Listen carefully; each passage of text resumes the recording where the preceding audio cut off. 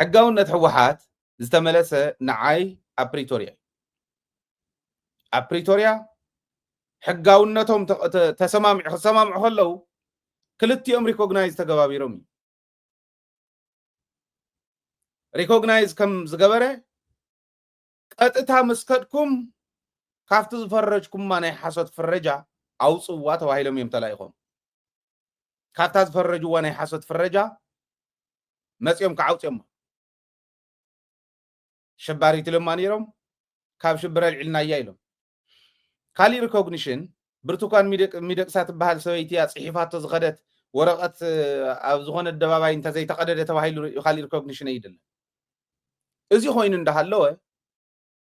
مو دحري استصحفنا يمرጫ بورد قلدي حوحات ونه يتقبلتون ازي خوين اندهالو مو نتحقاوي تخونت ودب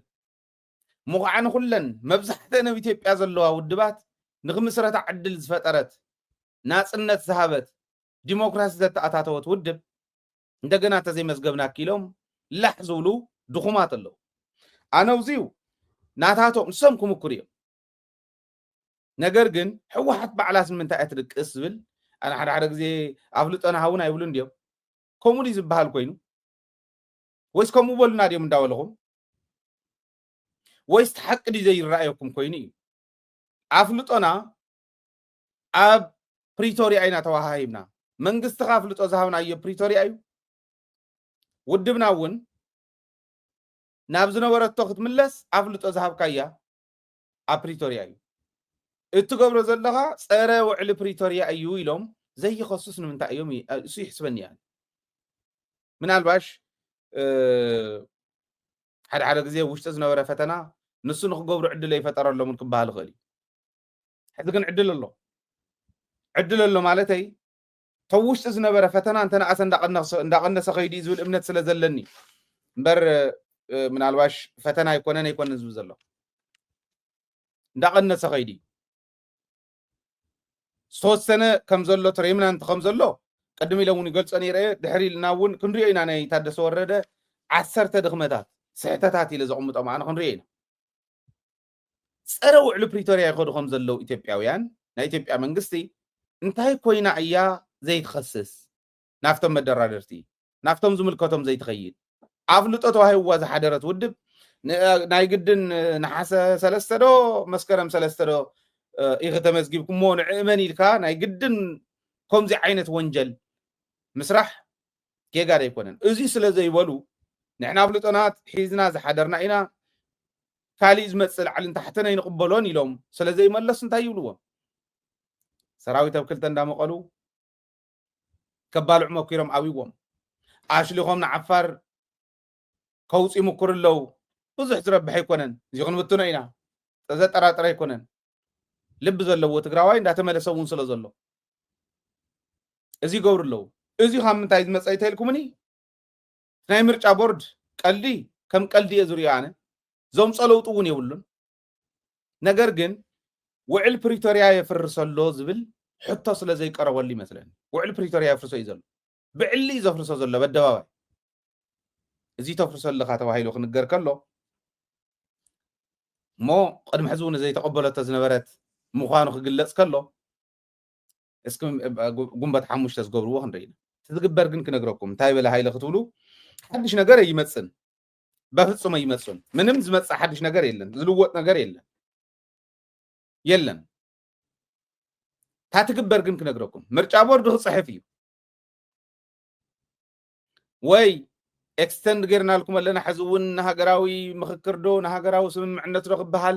እናውሒናልኩም ኣለና ንክንድዚ ወርሒ ሞ ኣብ ክንድዚ ተዘቅሪብኩም ግን ክትስረዚኡኩም ዝብል ከም እንዳገወር ሰለ እንዳበሉ ናፍታ መረጻ ክወስድዋ እዮም ወይ ከዓሶም ክጽሕፉ እዮም ኦሬዲ ሰሪዝና ኣለና ክብሉ እዮም ኣብይ ኣሕመድ ግን አይ እዚኦም ሰኢሎም እንዳኣሎም ንሰምዮም ኢሎም በር ኣነ ይወልኩን ኢሉ ታተቀብላይ ላንጋ ገይሮም ንሕወሓት ቲውን ባረክ ይብል እቲውን አበዳንኩም ተባርዋ ንዖሙን ዘይበለ ንሕወሓት ውን በሐቆም የመባረም ክለው ኣነውን ባረክ ዘይበለ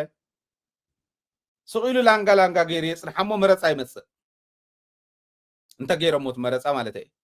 بلما حوحات ስለዚህ ተመዝገበት አንቱም ልኡኻተይ ዝነበርኩም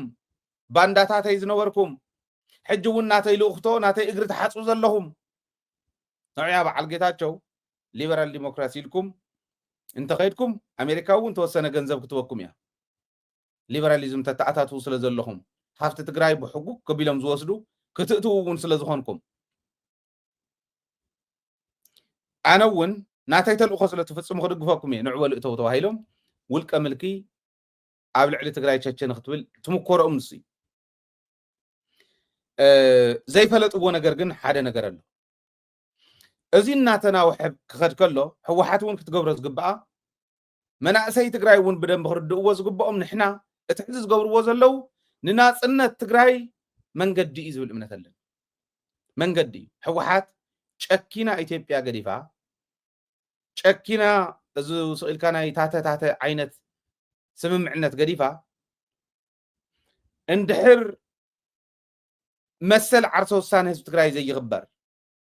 ኣካል መሰል ዓርሶ ውሳነ ህዝቢ ትግራይ እንዲ ውድበ ኢሉ እንድሕር ከይድ ህዝብማ ውድብ እያ እዚኣ ክፅሕሮ ይኽእል 50 ዓመት ዝገበረት ውድብ ንዕያ ሎሚ ተወለድ ኢልካ ምኻድ እውን ኣይቅበሎን እንተኢሉ እቲ ህዝቢ መሰል ዓርሶ ውሳነ እዩ ሕጋዊ እውን ኣይኮነን በቲ ስምምዕነት ኢና ንመሓደር ተተባሂሉ እውን ስምምዕነት ከምኡ ይብልን ስለዚ መሰል ዓርሶ ውሳነ ህዝቢ ትግራይ እንድሕር ዘይኽበር መሰልና ወይ ይከበር ወይ ክኽበር ይኹም ዝወለ ደብረጽዮን ክኽበር ክኽእል ኣለዎ ከመይ ጌርካ እቲ ጽምዶው እዚ ዝመጽሕ እዚ ክዘሪልና ወይ ኤርትራ ጎቲታና እዚ ክተውፃና ኣይኮነን ብድሕሪና ዝወጋእና ይብልና በትሪ ወያነ ከዓ ኢትዮጵያ ትፈልጣ እያ ትምጻእ እሞ ትሞክር ምባል እዚ ክትብል ከለኻ ፋሕፋሕና በልካ ኣይኮነን ባንዳ ናይ ባንዳ ዋጋ ትቦ ሕጊ ተውፅእ ናይ ክሕደት ቅፅዓት ዝቕፅዓሉ ሕጊ ተውፅእ ተዓዲ ሓድነታ ተጠናኽር ደገን ውሽጥን ዘሎ ኣብ ትግራዋይነቱ ንኽዓምም ትገብሮ ማንም ባንዳ ዝቕልደላ ኣይኮነን እቲ ንክገብር እንተ ጌርካዮ ሓድነትና እንተፅኒዕና ሰራዊትና እንተደጊፍና ታውድብ እውን ነቂሓ ብዙሕ ዝብሎ ዘለኹ መንገዲ እንተኸይዳ መን ይመፅኡ ትግራይ ክደፍራ እሞ ንሕና እውን ጀሚርናዮ ዘለና ብናይ ሰሜን ወገን ዘሎ ናይ ኤርትራ ጉዳይ እውን ቦቱ ሕዚ ዝኸዶ ዘሎ እንተተወዲኡ መን ይክደፍራ ንኤርትራ ኣይደፍርዋን ትግራይ ይደፍርዋ